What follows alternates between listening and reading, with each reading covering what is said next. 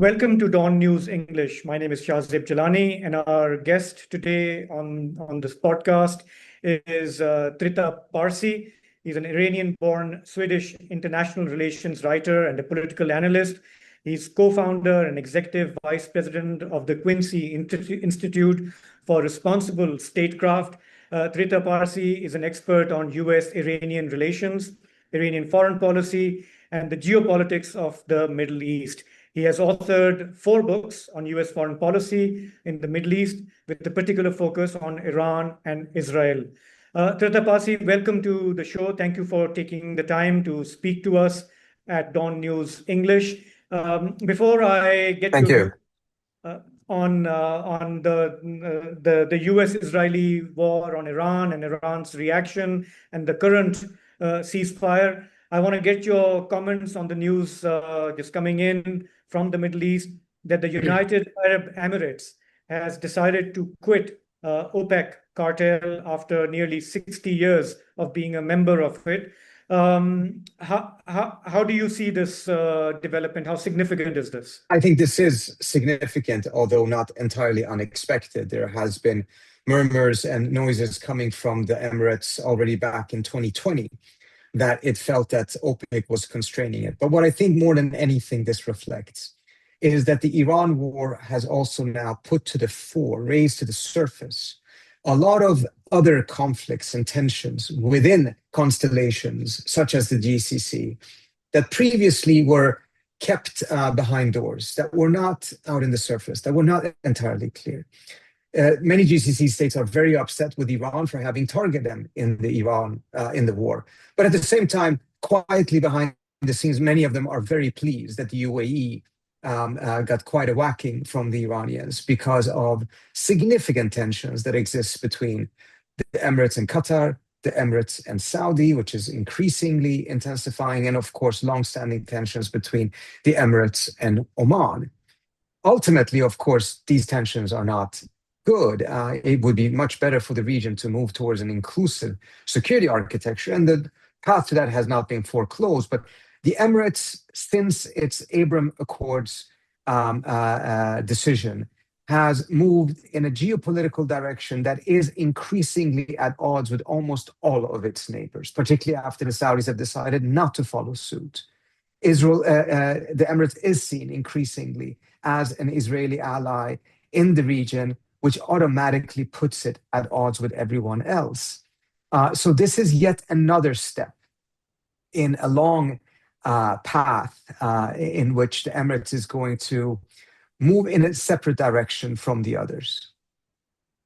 I want to ask you about the Iranian response and options they have in this ongoing conflict.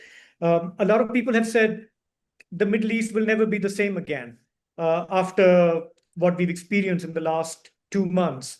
And as you point out, the fault lines within the Arab countries, the UAE on one side and the Saudi-led Gulf states on the other side, is this the beginning of the changes we are about to see in the region?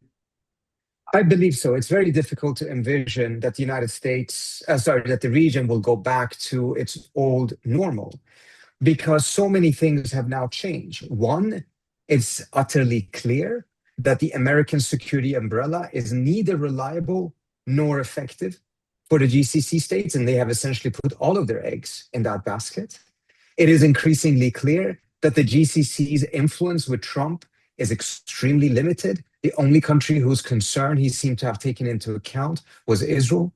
And the GCC, despite their close relations with the Trump family, not just with the United States, failed to be able to get an equal or even a reasonable amount of concern from Trump.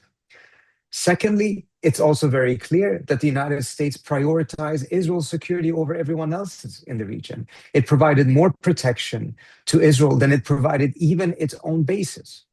Mm-hmm. Thirdly, these bases have proven to not be a deterrent to a war. In fact, the whole investment in the American security umbrella was designed to prevent a war.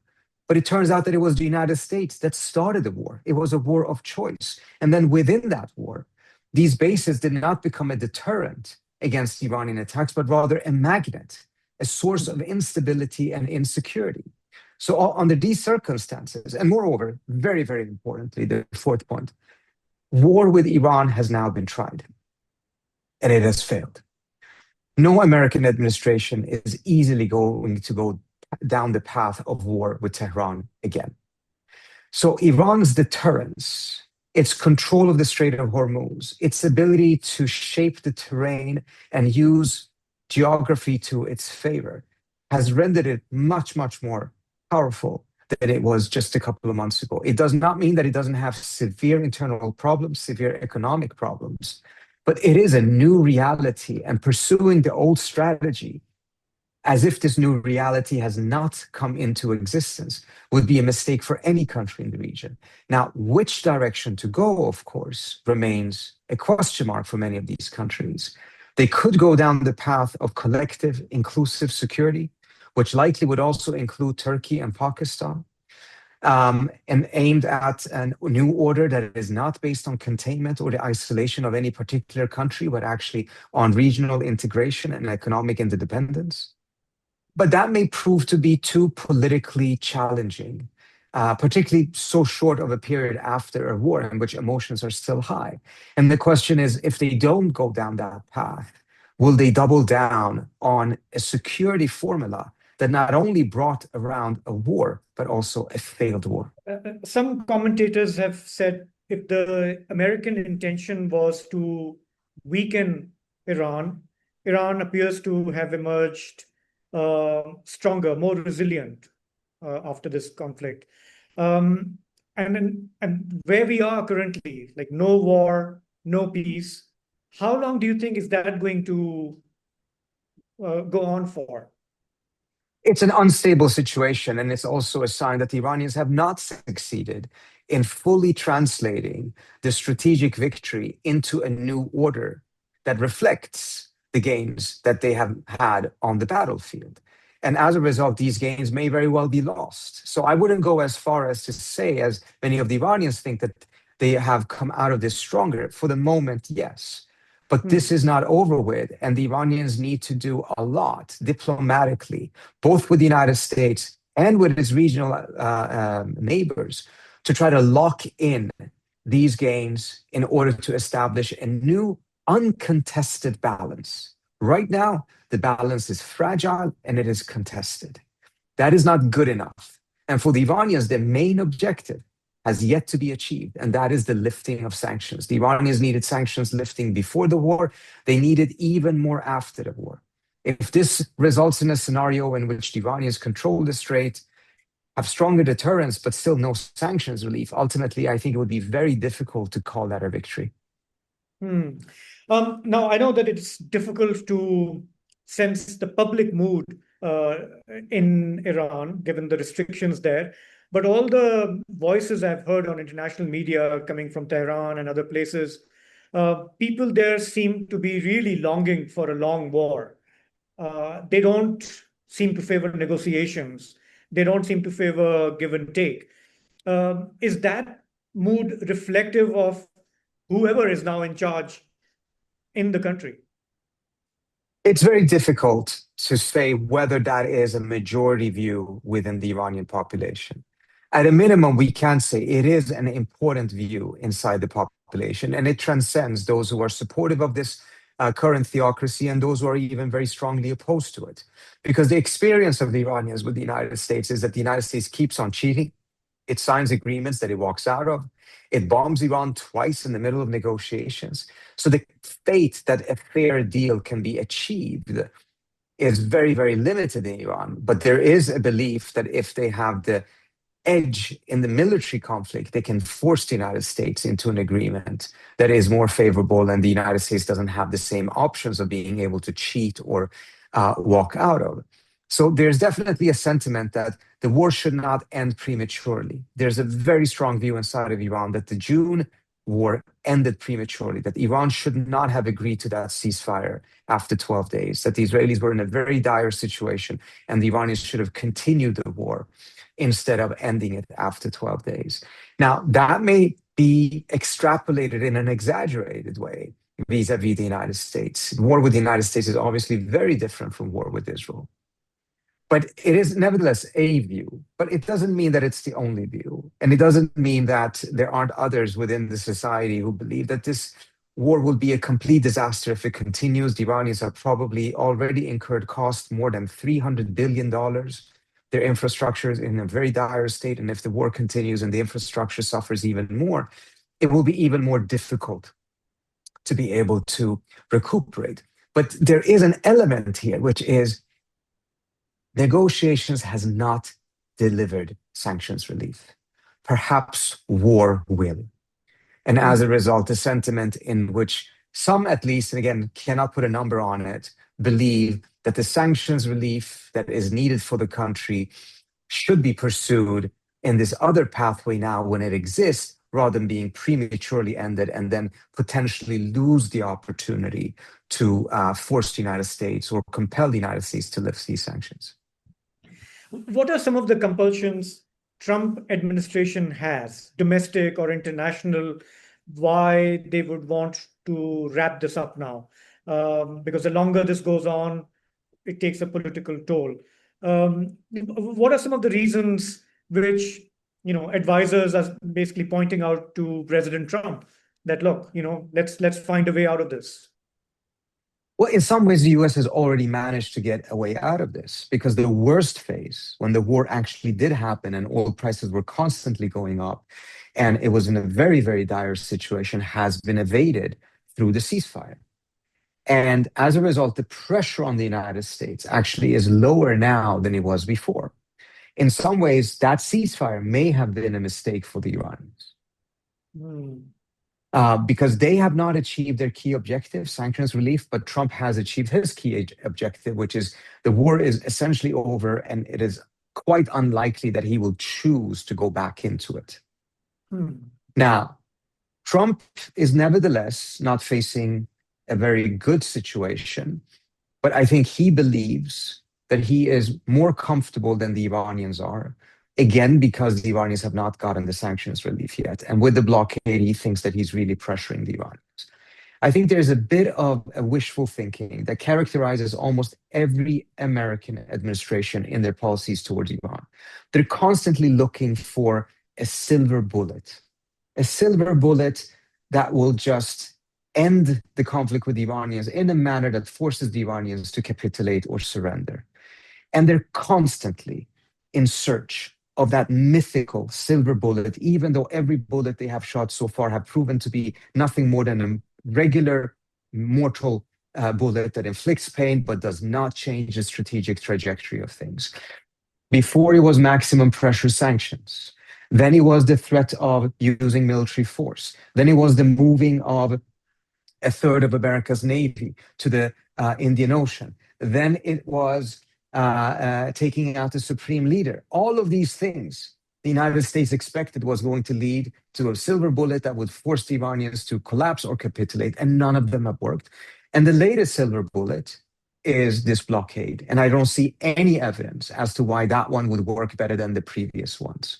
But it can lead to a scenario that at least leaves the Israelis very happy. Because in that scenario, the US continues to pressure Iran economically. It's short of war, so it's not as costly to the US or to Iran, but there's no sanctions relief. And if there's anything the Israelis will do everything they can to prevent, it is for the United States to lift sanctions on Iran. Israel's game has been to keep Iran as weak as possible.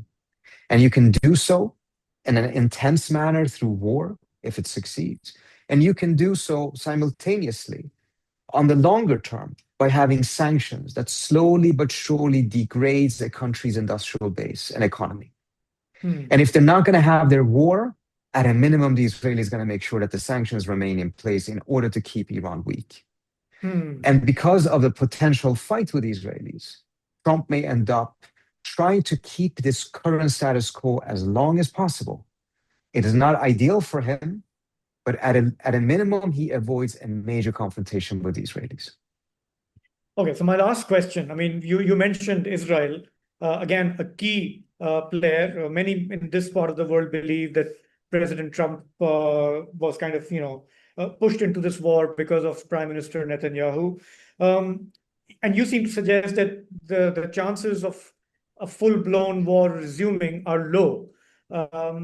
Is that something that President Trump can withstand? The supposed Israeli pressure, Netanyahu saying, look, I have an election to face, and he's still, bombing parts of Lebanon. Is that something that the U.S. administration can withstand? It's one of the most important questions, and one of the things that the Iranians are waiting to see, which is at what point will Trump start pursuing U.S. interest instead of pursuing Israeli interests? This is how they see it.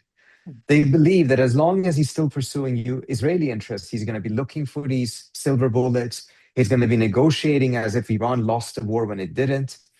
Once he starts pursuing American interests, he will recognize that there's a win-win that can be achieved here. If he lifts primary sanctions on Iran and Iran allows American companies to come into the Iranian market, this is a huge win for Trump's own base. This is the largest economy that will open up since the collapse of the Soviet Union. It will be a huge boon for American manufacturing industry, which are the kind of things that Trump would point to in order to declare victory. And ordinary Americans care much about job opportunities, and they care about whatever enriched uranium levels the Iranians have, et cetera, et cetera. So there will be people in the blob that will complain that he gave too much on the nuclear issue, et cetera. But inside of the country, they will be very happy to see that the economy is going in a much better direction and that he's opened up a new economy. And the Iranians are perplexed as to why Trump is not seeing this. And their conclusion is, he is still pursuing Israel's interest instead of America's interest, despite all of his slogans about America first. And they're wondering, they're asking themselves, is there a point in which he will recognize that he has been led down a disastrous path by the Israelis, and as a result breaks with them? And so far, we have not seen that. I mean, it looks kind of unlikely, the kind of personality President Trump has, that he would recognize any blunder, any mistake. I guess the best hope for many people would be if they come to an agreement where there's no war and both sides can claim victory. Both sides can sell it as their win. I think the rest of the world will take a sigh of relief. Absolutely. One of the challenges so Trump has is that he likes to declare victory, but he likes to declare victory by humiliating the other side. And by doing that, he prevents them from being able to declare victory.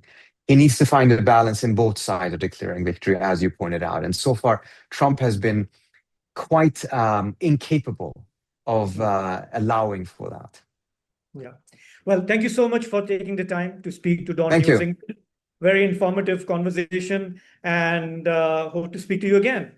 Absolutely. Thank you so much. Appreciate it. Thank you. Bye-bye. Thank you.